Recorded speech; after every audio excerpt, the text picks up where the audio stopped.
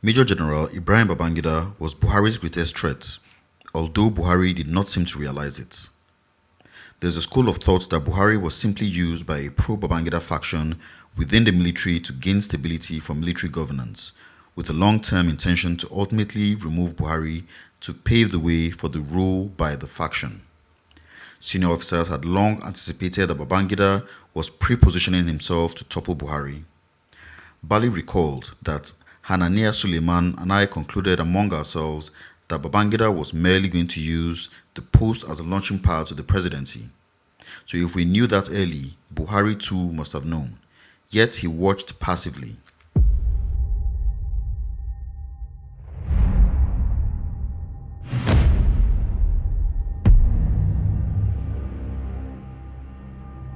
According to Babangida, the planning to overthrow Buhari began in January 1985, just 1 year after Buhari came to office.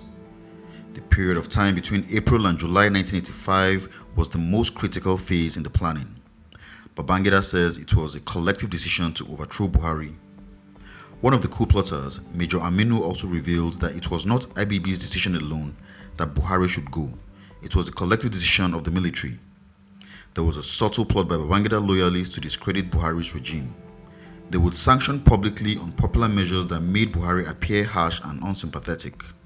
These included the arrest and detention of government opponents and journalists, the execution of drug dealers, a raid on the home of Chief Obafemi Awolowo and the seizure of his passports, and the stifling of political debate on when the country would return to civilian rule. On April 15, 1985, the Minister of Internal Affairs, Major General Muhammadu Buhari, suddenly announced the FMG's intention to expel all illegal immigrants in Nigeria before May 10th. With oil prices dropping, a depressed economy, and rising unemployment and inflation, illegal immigrants were an easy target. The sudden expulsion order caused severe hardship on foreigners who were forced to leave at short notice.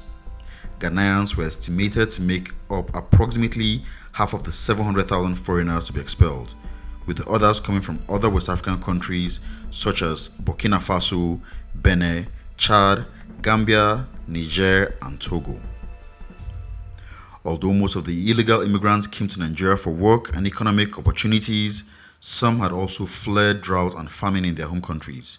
It was the second such expulsion order in as many years, following a similar exercise in 1983, during which over 2 million illegal immigrants were expelled from Nigeria. Many of those now being forced to leave had been expelled in 1983 but had sneaked back into the country. Chaotic miles, long queues of refugees built up on Nigeria's border as illegal immigrants frantically tried to leave before the expiry of the deadline. None were allowed to depart with more than 22 naira. At 6 p.m. on May 10th, Nigeria closed its borders, trapping hundreds of thousands of refugees who were not able to leave before the deadline. Buhari took the blame for this decision but later revealed that they were sanctioned by the same men who overthrew him. It was all part of a plot to make the regime unpopular enough to create public support for a military coup.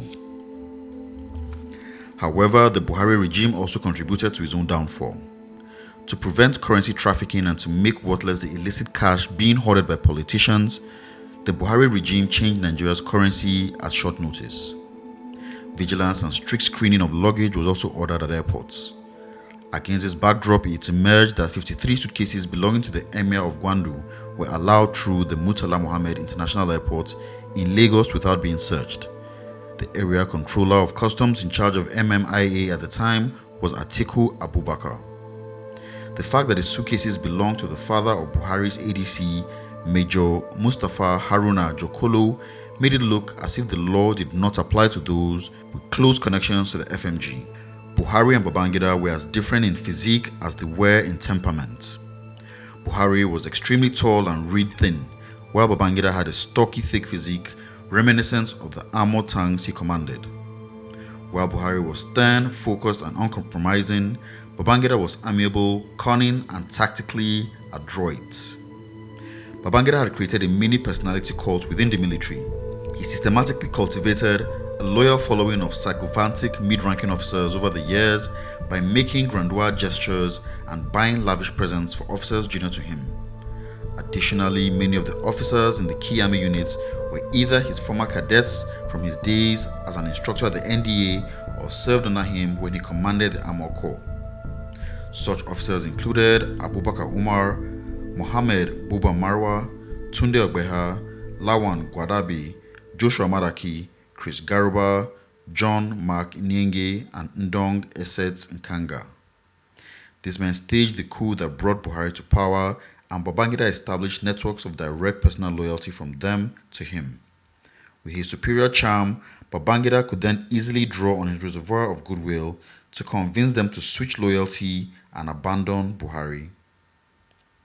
Babangida's job was made easier by the fact that many junior officers who were instrumental in bringing Buhari to power felt underrepresented in the FMG. Some were aggrieved that having brought the military to power, they were not permitted to exercise power and enjoy the wealth and patronage associated with it. Buhari recalled, "I was removed because certain members of my cabinet felt because they were in public office, they were entitled to things other than what is specified in their terms and conditions of service." Although Buhari was his close friend, for Babangida this was pure business. Babangida later remarked that, "To be able to stage a coup, you have to be close to somebody. I was a very good friend of Buhari, there's no doubt about it." To finalize the plot, Babangida toured army formation under the pretext of conducting his duties as Chief of Army Staff. Lieutenant Colonel David Mark, military governor of Niger State, provided cover for the conspirators by facilitating their meetings in Babangida's hometown, Mina. However, there was a sticking point. The GOC of the 2nd Division in Ibadan, Major General Sani Abacha, was a mysterious figure. If Babangida could not obtain his support for the coup, it would fail and Babangida and his friends would end up in front of a firing squad. Babangida went to Abacha to personally plead for his support in deposing Buhari, realizing that only a direct approach could talk him round. According to Babangida, "Nobody could get him to be involved except me because of our relationship. If it were any other person, he would have gone to the side of Buhari. But when I sat him down, he said, 'You are my chief. Anything you want, I will do.' So the personal relationship has also helped in trying to recruit people into this unholy alliance." On the evening of August 26, 1985, Buhari was joined in his residence by Majors Abubakar Dangiwa, Lawan Gwadabe, Abdul Mumuni Aminu, and Sambo Dasuki. The majors arrested Buhari at gunpoint. Buhari's ADC, Major Mustafa Jakolo, was arrested at the Ikeja cantonment after being sent by Buhari to check the situation there. After the coup, Buhari was detained for more than 2 years, badly affecting his family life and causing him to divorce his wife, Safinatu, upon his release. At 6 a.m. on Tuesday, 27th, 1985, Brigadier Joshua Dogunyaru, commander of the Armored Corps, made a nationwide broadcast announcing the dissolution of the SMC, FEC, and National Council of States. The announcement also imposed a dusk till dawn curfew in Lagos and all state capitals and told the public to stand by for further announcements.